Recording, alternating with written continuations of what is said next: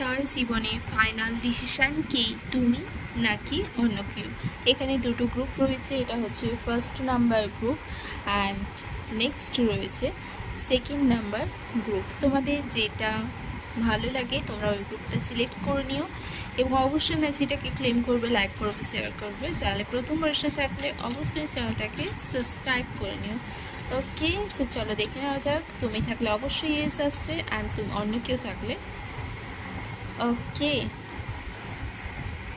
ওকে, so অন্য কেউ যদি থাকে তো নো আসবে। ওকে, সো ফার্স্ট নাম্বার গ্রুপ অবশ্যই কারেজ এসে, সো তুমিই থাকবে।